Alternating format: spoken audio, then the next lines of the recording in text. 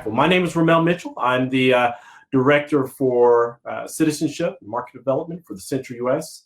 I'm here at Microsoft, and part of the role of our team is focused on public-private partnerships. And we talked about public-private partnerships a little earlier, and Gretchen's remarks kind of speak towards that as we think about communities. And part of this panel that we're going to have today really will speak towards public-private partnerships, what we're seeing in the community, how we can make an impact, where we're going. And so we have an amazing panel that is joining us, and it's my pleasure to introduce our panel at this time. We have Julie Steps with the City of Houston. She is the Director for the Mayor's Office of Education, doing some marvelous work there. We also have Ty Hayes, which is the Interim CIO and Chief Technology Officer for the City of Atlanta. So welcome, Ty. We are just thrilled to have you on this panel as well. And then we also have Ryan Fernity. So Ryan is the Head of Business Development for General Assembly. So we have a great panel, which I think we'll have some great conversations here over the next 30 minutes or so. So again, as you have questions, please also include them in the chat. So to all my panelists here, welcome aboard. Thank you for joining us. I think this is going to be a really interesting and dynamic conversation, so we're looking forward to this. This past year has been like no other, right? I think we can all say that this past year has been challenging. We look back over the last 10 to 12 months. The economic and social effects of the pandemic continue to impact each of our communities, each of our cities. And so we know that communities of color and women have been impacted quite a bit, actually disproportionately to those in the broader population. And so when we think about this, there are a number of issues, a number of observations I think that we can all make. But as you look towards economic recovery, as we look towards each one of your unique perspectives in terms of where you're located, whether it's Houston or Atlanta or anywhere in the US, I think we all have a unique perspective here. It would be interesting to get your perspective on leadership, how you're thinking about the changing landscape of jobs ahead, and really where we're going. We'd love to hear your perspective in each one of your cities and how you're thinking about moving forward. So Juliet, we'll start with you, City of Houston, and then we will go over to our City of Atlanta. And by the way, thank you both for being Accelerate Cities. You guys are accelerating economic recovery and accelerating the way in which we think about these topics. So thank you for that. I'll start with you, Juliet, and if you can dive into that question. Yes, thank you so much, Ramel. It's a pleasure also to be on a panel serving with Ms. Hayes. Love Atlanta. We've got so much going on in this country with various changes, and the impact of COVID-19 I think is something that we never expected. As a part of the process, it has caused us to really take a deep dive into issues of equity. Even prior to the pandemic, Mayor Sylvester Turner launched the Complete Communities Initiative, seeing how we could bring in investments from the City of Houston with public and private partnerships, helping our communities that have been traditionally underserved and under-resourced. And so that set the stage and the predicate for us being able to reach out to the community, delve deeply into the data to start seeing what we could do to start building bridges. Mm-hmm. When the COVID-19 pandemic hit, we're very grateful that we had set the stage and we had this wonderful relationship with the Microsoft Alliance to be able to help us as part of that journey prior to COVID-19 coming into fruition. Then when that happened, anything that allowed saving space or time was taken away. We had to quickly move to be able to rethink, redesign systems. And one of the godsend was technology for us to be able to start using the assessment of what was made in terms of trying to bridge the digital divide. Seeing at the very start of the pandemic, folks saying that this would be a Herculean effort, that no one could envision us moving as quickly and effectively as we could because there was such tremendous need but it was only through extending and building bridges with government, communities, nonprofits, private companies, and establishing a rapport where we put our guard down and we said, what I don't know, you may know, and what you know, I need to know. And so it really created a new sense of how we as a community must work together. And I believe that that's really based upon the philosophy of Mayor Turner, which is we need a complete community, and that focuses on excellence and equity for all in many different areas.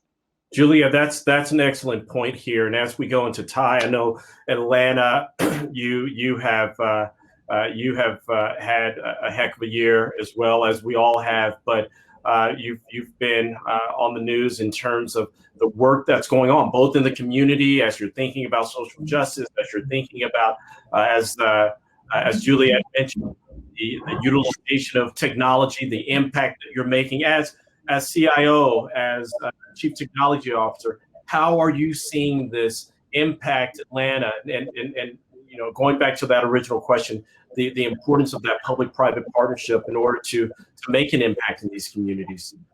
Sure. First of all, thank you for having me today and being on this panel. This is a topic that is near and dear to my heart. And so I'm glad to see that it has a platform in the summit. We too had sat down and had some conversations prior to COVID. We started to talk about what digital equity meant for the city of Atlanta, where, transformation would be happening, understanding that there needed to be collaboration with the communities, with our, private companies, with our education system. There needed to be an ecosystem where we were really thinking about what does the future look like, right? We never could have imagined sitting down and having those conversations very early to say, we know that we want Atlanta to be a tech hub and continue to grow and thrive in that space. And so we had started with the city of Atlanta and hearing the Mayor Bottom's goal around digital equity. We, from a technology perspective, we said, listen, let's start a digital steering committee. So we actually had a technology governance group that we brought together with leadership and from education, from some of our major corporations in Atlanta, just to talk about where do we see Atlanta, what do we, collaboratively see as goals for our city. Then COVID hit, right? So we had already had the conversations with Microsoft saying, hey, you being one of the largest partners that we have in the city of Atlanta, how do we do this? How do we figure out what this platform is? And Microsoft answered that call, right? We came back and said, okay, listen, let's do this Accelerate Atlanta. And just to see all of the involvement from all over, just to kind of come together and collectively say, okay, this is what we offer. This is what we offer. How do we do this? And it wasn't just thinking around how do we attract individuals to the program. We've thought about the kids. We've thought about veterans. We've thought about individuals looking to shift careers. A lot of folks are coming out of retirement potentially. And so we thought about all of the different work streams in terms of how this could be valuable, and to see it into action is so important, because we as a city definitely didn't have all of the resources to do this type of lift. And then again, there's a lot of conversations often that become vaporware. To see this transform and this happen so rapidly, my heart warmed just to hear from the students prior to us coming on stage, to just hear how they're benefiting from the program. And I just know that there's so much more to come. So the city of Atlanta is definitely committed to this. It is something that I wouldn't be in my role today if I didn't have opportunities that were afforded to me coming from urban city Atlanta. So just the exposure, just the opportunities that these types of programs provide is invaluable. So just from the skill training to internships, so you see the exposure, getting to test different places, I think all is just great, valuable aspects of this program. And thank you for that, Ty and Juliet. I mean, as Ryan, as you're looking at, the city of Houston, you're looking at Atlanta, we've heard some great comments here. They're seeing the changing landscape. how they're having to engage their individual communities.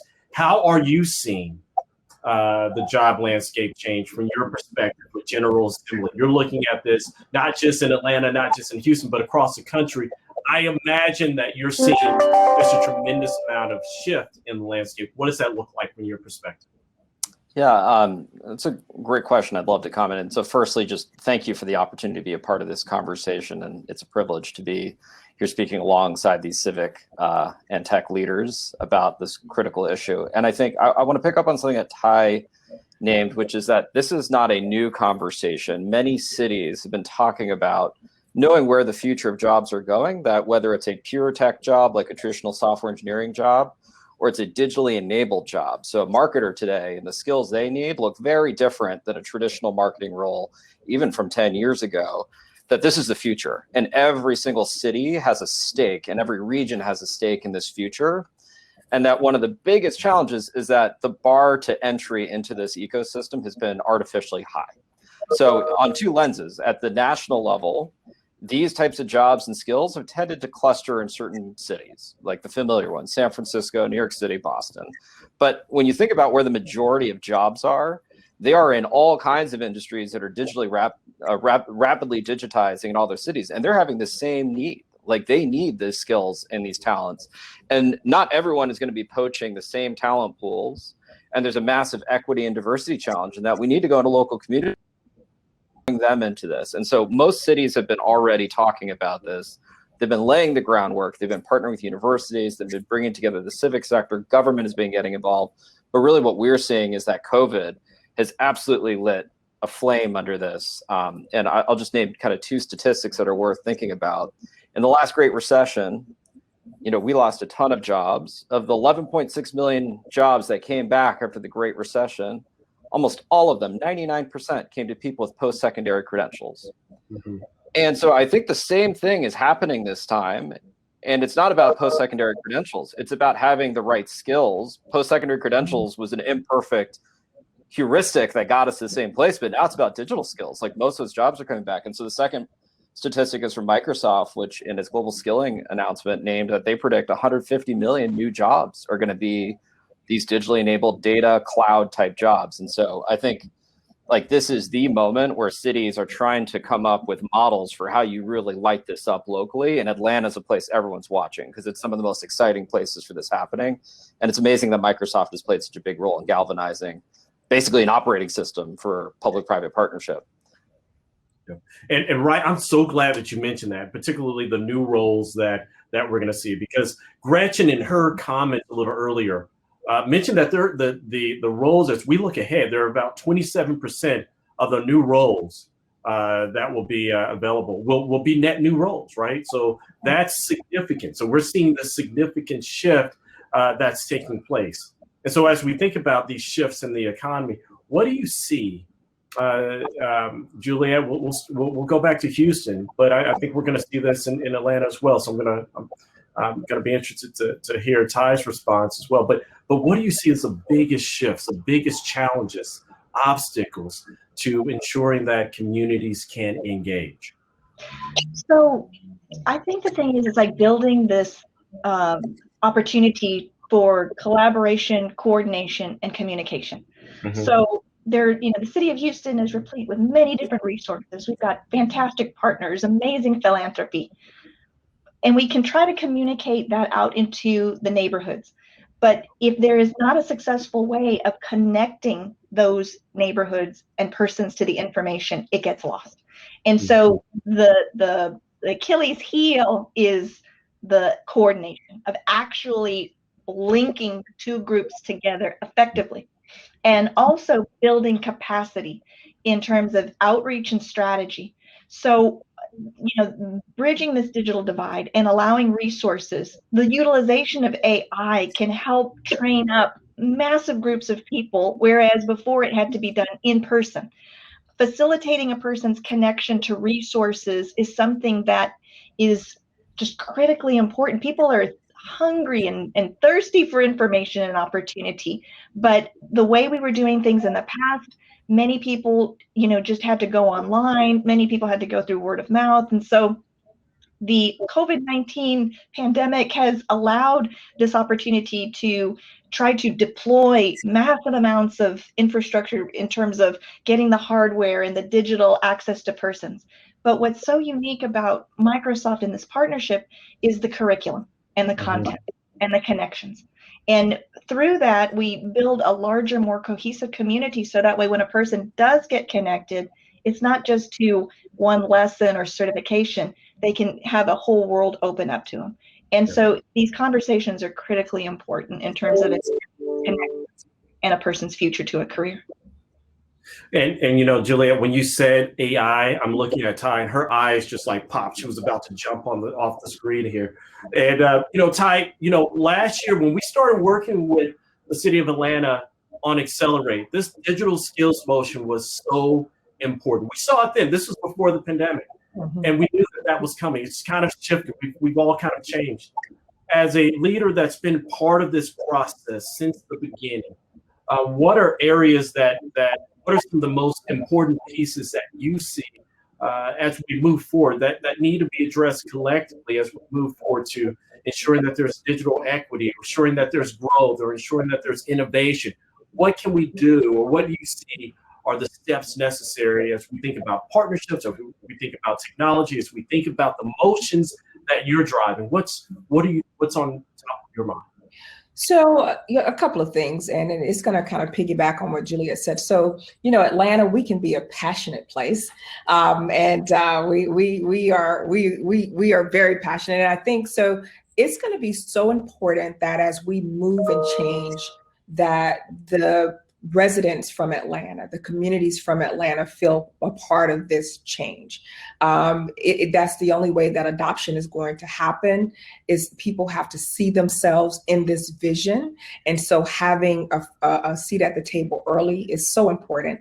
I also think that our traditional education routes, our primary schools, high schools, the curriculums are going to have to shift. We're going to have to look at early on how to embed a lot of this digital change into just regular jobs, marketing, you know, being a doctor, physician, any of the things that we can imagine. We're going to have to not only try to fix the here and now, I think we systemically have to look at how do we embed this thinking in future in terms of what's coming up and how we're raising the folks that are going to be behind us. Because again, a lot of these jobs and titles don't even exist today, right? So there's going to have to be some level of core competencies that are wrapped around just pure, I mean, you know how when you're going through college, you had your basic, your general skills. There's going to have to be a general skills kind of digital something, that data, I mean, BI, I mean, there's going to have to be some of that thinking embedded into learning. So I think, you know, being at the table early, the transparency around the change is going to be very important. And then also as we shift in the amount of data and the amount of technology, of course, security is going to also be a key that we need to think about it as part of the process and the build. So I think all of those things are going to be important. You know, I think you're so spot on. This democratization of technology, the way that we think about it, is going to be so important. It's more important now than ever, actually every day. And when I say cybersecurity is more important today, you're probably thinking it's actually going to be more important tomorrow, exponentially important as each day, hour, second rolls on. And that kind of, you know, points to the evolution of everything that's occurring, right? Whether we're thinking about digital transformation or as we're thinking about this economic recovery. And, you know, Ryan, you know, General Assembly has been a pioneer in this space, and job skilling and tech skilling and that type of work. We've seen this again across the U.S. in multiple cities. How do you see this transition occurring? How are you modifying or adapting, creating new models to address what we're seeing today? And I'm imagining that you had to think about this in real time, you know, probably thinking about April, May, June, right, as we saw this shift. So I'm really curious about that. And then as you see the steps moving forward, what do you think will be required as you think about addressing those digital skills gaps, right? Has there been a change? Yeah, so Where I'd comment on that first is actually going back to the original, to the first time we saw this happen, which was after the Great Recession. So GA was born 10 years ago out of that moment when really so many people's career trajectories, life paths were being disrupted from external shock. And we were thinking, you know, we could see that technology was a massively growing sector that you didn't have to be in the traditional tech hubs to see opportunity.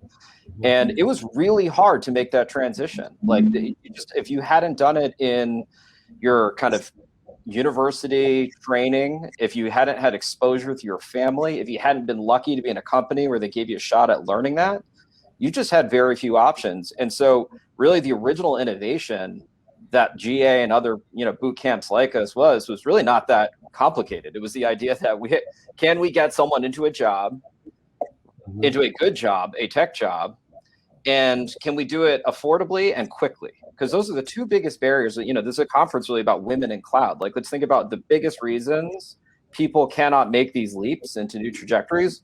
One, it takes too long, so life gets in the way too easily. And that is really true for women, where they are primary caregivers. There are way too many reasons why women are not offered that opportunity, because too much gets in the way and they pick up the tab in terms of responsibility. This also happens, and lots of people are traditionally underserved in technology. And the second is just that the cost was really high. And the third actually is believability. It's a belief that I can do this and I can get a job, on the other hand. Because a lot of people actually can do this. It's just the perceived risk.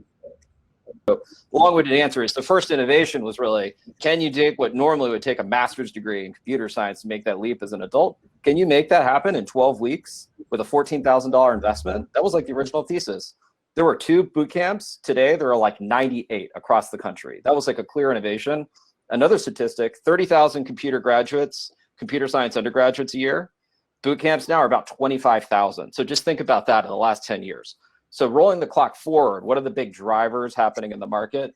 Number one, cloud and AI adoption is totally changing, like was named before, the types of jobs and role profiles. We don't even know what these look like yet. They're all evolving in real time. So like what really needs to happen in the whole space is guidance from tech leaders like Microsoft, from civic leaders. You can play a role in companies and saying, here are the types of jobs that we think we're going to need. Here's the role profiles. And then organizations like us, traditional universities, can all align around that blueprint. Start creating access to that. And then the second thing I'll name is, like, I think the other big innovation in the space is we have gone from access, that was like the MOOC era. Anyone could touch any training online, but we knew that wasn't enough. Like the success rate of people completing get a job is like less than 1%, 10% in the best cases. Then it was all about boot camps and jobs. So let's flip it. It's not about access, it's about jobs. I think the next big mode we got to look at is about economic opportunity. Can we show that someone in communities, as a result of creating these pathways, suddenly that person who's earning $25,000 a year is moving in entry-level IT, making $55,000 a year. Within 3 years, they're in a cloud role, now at $80,000. Think about the benefits to communities for really showing that. And with the data that Microsoft is able to track and provide and the analytics, we can now make like really powerful investment cases to fire this all up. Sorry, the last piece of my sandbox here is just that I believe this is the next moment in time. If we need a GI Bill type investment and adult reskilling, this is it. So communities show it can be done at the local level. Federal government can start putting the funding in place to really fire this up for everyone. Yeah. Well, you know, Ryan, I would agree with you on this. I think the entire panel would. And in fact, our previous panel, Janeda, I believe it was either Janeda or Jacinth, had mentioned, I think both kind of gave examples on this, and where I think it was Janeda that said, you know, I'm going to take advantage of this time to double down on my skilling. Like, this is a perfect time to do it. And we see that those opportunities are coming, just like in the Great Recession, if you will, where there was just a tremendous number of folks that actually then dove into secondary degrees. Now, Juliet, you're responsible for part of that talent pipeline as well, which in a very interesting way. The STEM talent pipeline, as with your work in the K-12 space across the city of Houston and in the region, but also your touch points in higher ed. Now, when you think about that and you think about the local skills and the local talents that are needed for the Houston economy, Houston doesn't necessarily just think about themselves as a Houston economy. It's a global economy, right? A global player.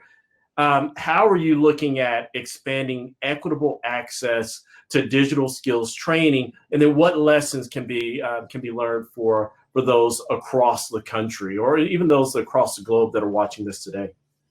Well, thank you so much. And I just wanted to say, I was about to do this when you were talking, Ryan, because, it's true. The pandemic has presented a tremendous amount of challenges, but also opportunity, and forcing us to rethink things and redesign things. And, the pandemic has hit communities of color and women especially hard. And so looking at the traditional models of the delivery of education, it's outdated. And we could have acknowledged that before then, and we were moving to try to bring in innovation. But crisis always forces us to move much faster. Our economy, our future, and the lives of families across not just the United States, but the world are dependent on us restructuring our way of delivering, upskilling, certifications, training, just learning opportunities. And I think the pandemic has showed us you can fast track training. You can develop partnerships in ways that are more meaningful. There were some folks that were going to longstanding programs, paying a lot of money with no counseling and walking away with no degree and no future. And so the other thing is sometimes folks, it's the mismatch. They were studying, they finished their studies, and then they couldn't find a job. And so the need for the public-private partnerships is critical. You've got to get the companies to give us the what is it that they most need? What are the skills that we need to make sure that the learning opportunities from the colleges and universities and apprenticeship programs align? And how can we empower families so that way we can make it easy? We've got, mothers at home with children, especially during this time frame where schools are closed. We need to be able to facilitate things so that way it's fast, it's easy, and it's connected to a real job that's going to provide them with a honest, wonderful, fantastic amount of pay that, can help support our economies and families.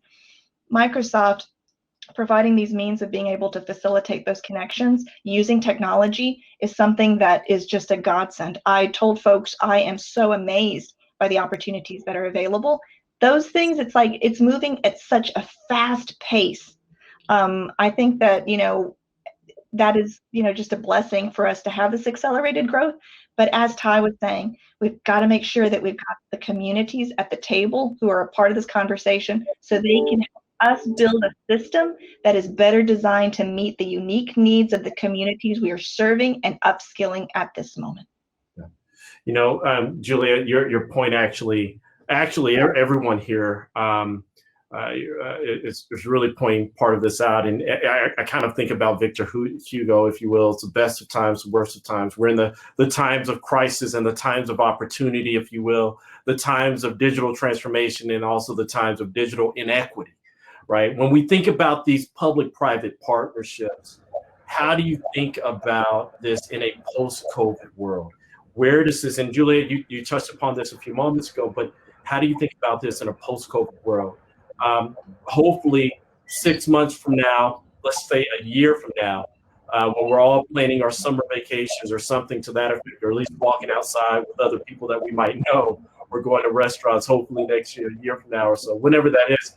What does that look like? How are we planning for that? How can public-private partnerships help the city of Houston, help the city of Atlanta move that forward? Ty, I'm going to pass that to you before we jump into this next piece. Sure. I think it's important that we not stop. I think that it's important that we have found a way to innovate during a crisis. That's normally when major just energy happens anyway, right? And so now it's around how do we sustain this? How do we not lose this passion and this commitment to it? I think we are learning all of the different ways of delivery, right? And we need to capitalize on that when the boundaries and borders are removed and the restrictions are removed. How do we now even think about how we can move faster move quicker, do better placements, and don't. Then we're gonna have to re-energize social skills, right? So because everybody's so used to being apart, but it's important that we don't lose the momentum that we've gotten with this incredible opportunity that we have to capitalize on it. I just think we have to capitalize and continue to grow and expand on it. Yeah, Juliet, any other thoughts on that? My thought is this, and what we've learned, the advocacy must remain as absolutely essential, that tech and the access and bridging this digital divide should be as accessible as water, as clean water, and other unique necessities that are taken as given. It's a public good. We have to not view it as it's only available for a small group that can afford it. It has to be available for everyone. If we can do that, we will fundamentally transform this country in a way that I don't think we've ever seen. Because you will not afraid of it. Yeah. I mean, not afraid of it. Yeah. No, not be afraid of it. It's like, just getting everyone a chance, because, now a person has to sign up for a COVID vaccination, fast track, using tech, and other things of like even trying to sign up to get support and food support. That's why we have to make sure that tech is as common as clean water. That's an amazing statement. That's a powerful statement. And in fact, if we say that, if we think that to be true, and we think about the future of work, we think about the future of life and how we engage in general, that means that automation is going to play a greater role. That means that it's going to be more pervasive in all aspects of our life. Now, knowing that up to about 24% of total women employed globally will change their jobs due to global work, due to automation. How do we best support women that are in this space? For years we've had discrete events and programs encouraging women and young girls to explore careers in STEM or what have you. But how do we take that and move beyond automation to help them actually play equally on this playing field? Any thoughts? We'll start with Ty, and then we'll go to Juliet. Ty, thoughts? If we go back and listen to some of the things that was discussed on the panel with the young ladies before us, there are often so many other issues that women are dealing with. I just read an article now saying, childcare changed so much during the pandemic and women suffered, and they did. I mean, we were moms, we were trying to work, we were trying to teach and cook and all those things. So I think it's going to be important if we really want to see advancement from women in this space. We also have to look at support services as well. We have to make sure that the coaching outside of just technology is there.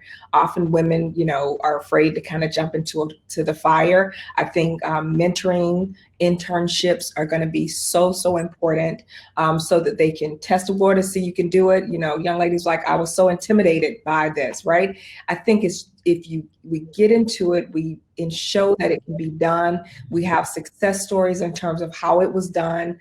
There are options for childcare, for transportation, or to get a computer, or whatever those things are that are obstacles for you. I think it's important that if we're committed to this, that we also look to address that as well. And I think you got to look at it full circle. All right, awesome. Thank you. Juliet, thoughts here?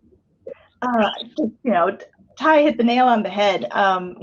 Working with Professor Richard Tapia at Rice University's Center for Excellence in Equity in Education, I asked him, I was like, how is it that you're able to get so many underrepresented minorities and women to graduate with the PhD in mathematics, which is an extraordinarily challenging PhD to get? And he said, I build community. And, he was like, there are many ways in which programs inadvertently or actively discourage persons from participating. And, the active way is, setting up these barriers. It's, when we talk about the timing of events or we talk about the delivery of instruction, we have to realize that if we want folks to succeed, we have to build a community and a support network and a system that encourages success. And so I think that is critical for us to serve as advocates, to be able to create nurturing, welcoming environments for women. Mm-hmm. And so, until we actively do that, you don't see gains until you make the investments. And that also says, women in leadership, in designing programs and policies and plans, if you want a problem solved, it's complicated quickly, you get a bunch of women in a room and they'll figure it out. And I'm going to say that as a woman, because, it's like, that is something that's just absolutely essential. And we need more women to have a seat at the table, as we're in 2021, and that's an issue that, continues to have a problem in many respects, from policy design to different types of leadership levels. And so I want to thank Microsoft for this particular meeting. It demonstrates your commitment to the leadership and the future of women in this country and beyond. Well, absolutely. And we're fortunate to have two women leaders here on this particular call and at this particular conference. And also just proud to work with a company too that has some amazing leaders that are women that have invested their time, energy, and effort to make a commitment to ensure that we're there, because you do need to have all voices at the table. We see that. We see the difference there. And I'm going to ask this question, and that is this. In Houston and in Atlanta, we have some amazing universities, from Spelman to Morehouse and Clark, and Georgia Tech and Rice University and Prairie View in that area in Texas Southern, and University of Houston. The list keeps going on and on. As you think about this conversation that we've had around digital equity, around training and digital skilling, community engagement, and the future of work, what role do these type of institutions, this higher ed, this K-12, what role does formal education play? And is there any changing aspect of that that we see today that's going to be helpful as we move forward to a greater skilled community, or as we see skills evolving in society? I'm going to give Juliet and Ty a break. I'm going to hand that question. I'm going to start with Ryan and then come back. So Ryan? Yeah, sure.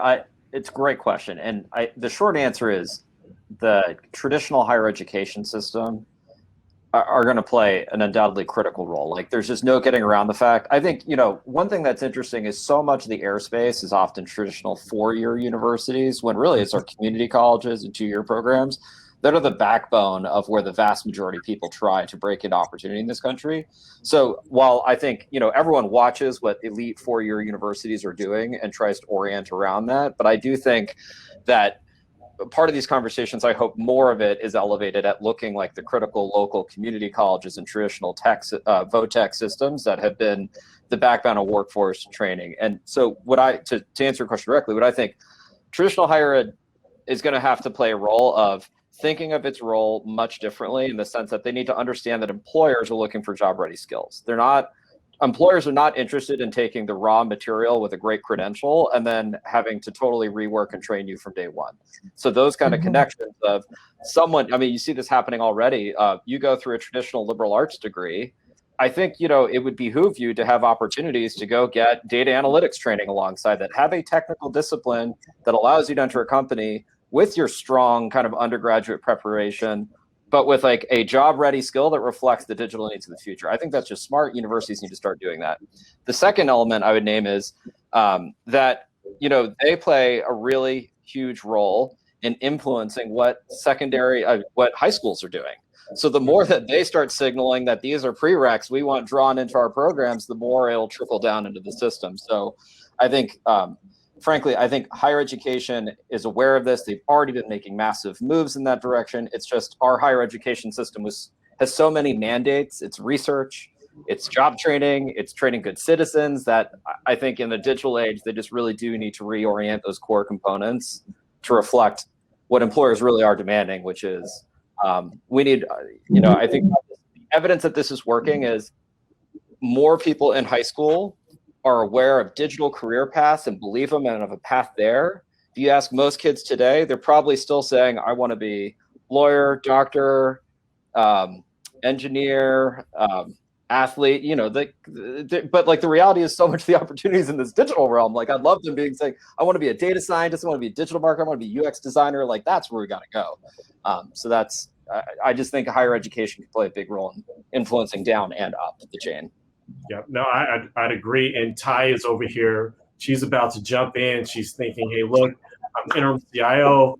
I'm a security officer. I am a representative of this. I'm curious, Ty, from your perspective, what do you see both locally, and then how do you see this even as a national movement, as Ryan had pointed out, and then Juliet will circle to you here. So Ty, what do you think?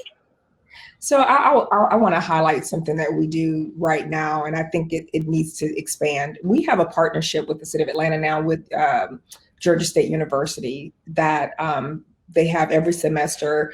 Their graduating cohort, you know, we have interns that come into the city as part of that final, you know, transition.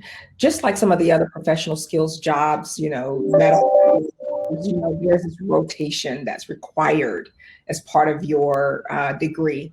I'd love to see, especially now we're talking about the 4-year schools, I'd love to see somewhere in that second, third year that there's this rotational path that students have to go on as part of that education, because not only do they get that foundational thesis and theory, right? But then they get that practical practice in different rotations then that gives us experts or individuals that are ready to go to work right out of school. And I think that then there are tiers to that. That could be at a junior college level, CTAE programs in high school. So I think the more that we can get individuals in touching and filling the opportunities is going to create more interest in it, because then we understand what it is. You cannot want to be something that you can't conceive and you have no idea what that means, right? And so we have to make these jobs and these titles become something that's real to students so that they can aspire to be those things. And so whatever that means the summer camps need to change from being STEAM camps to what in STEAM camp, right? And putting some actual, you know, channels to that. So I'm just, you know, get them in there. I think that's going to be the quickest way to get that adoption to happen. Well, I would agree with you wholeheartedly, and I think those are great comments here. We're actually almost at time. We're at time now. So Juliet, if you have 20 seconds on this, literally here. So 20 seconds. Mayor launched his Hire Houston Youth program to connect 16 to 24-year-olds to jobs available in their community. So we wanted to be able to enhance the connection between youth and those jobs that exist so they can get a real world earn and learn experience. You can conscientiously decide your future when you have choices and you have knowledge and you have the power to make that informed decision. Thanks to Microsoft and other partners who are a part of that program, we're deeply appreciative. Well, thank you so much. And thank you to our panel here today, Juliet, Ty, Ryan. Your feedback has been amazing. Thank you also for just being great Accelerate partners. We've only just begun, and we anticipate that we're going to continue accelerating this movement towards digital equity, towards economic recovery, towards impact in each one of these communities in which we live, work, and love. So thank you so much for joining us today on this panel. And with that being said, it gives me an opportunity to introduce Reggie Isaac. And Reggie Isaac is the National Director for Accelerate. And so, Reggie, thank you for all the work that you have been doing, and I am going to pass it over to you. So, Reggie. Thank you so much, Ramel, and I want to thank you and our power panelists, Ty and Juliet and Ryan, for such an insightful discussion that I believe clearly communicated why a program like Accelerate is needed. Our time today is winding down, so I want to take a few minutes as we wrap up to thank all of you for joining our session today. As you heard, digital training is critical for our communities, it's critical for economic recovery, and critical for economic development. The need for diverse talent in tech is clear and must be addressed. We also heard that a collective of public and private leaders are needed to make an impact. No one can do this work alone. So as you transition out of this track, I challenge you to find your place in our call to action shown on this slide. Here it provides some ways for you to take a personal interest in Accelerate. And I'll summarize our call to action by saying, 1, remember to raise awareness of this program and the importance of skills-based labor market that opens a door into technology careers for those with the appropriate skills and certifications, not just those with the appropriate degrees. Believe me, there is plenty of room for everyone in the technology industries. Secondly, don't lose sight of the impact COVID is having on underserved and underrepresented communities. Digital skills are a very real means to get people back to work and help workers earn a living wage and beyond so that they can thrive as they excel. If you know people in the community who can benefit from digital skilling, you personally tell them about Accelerate. So again, thanks for your time.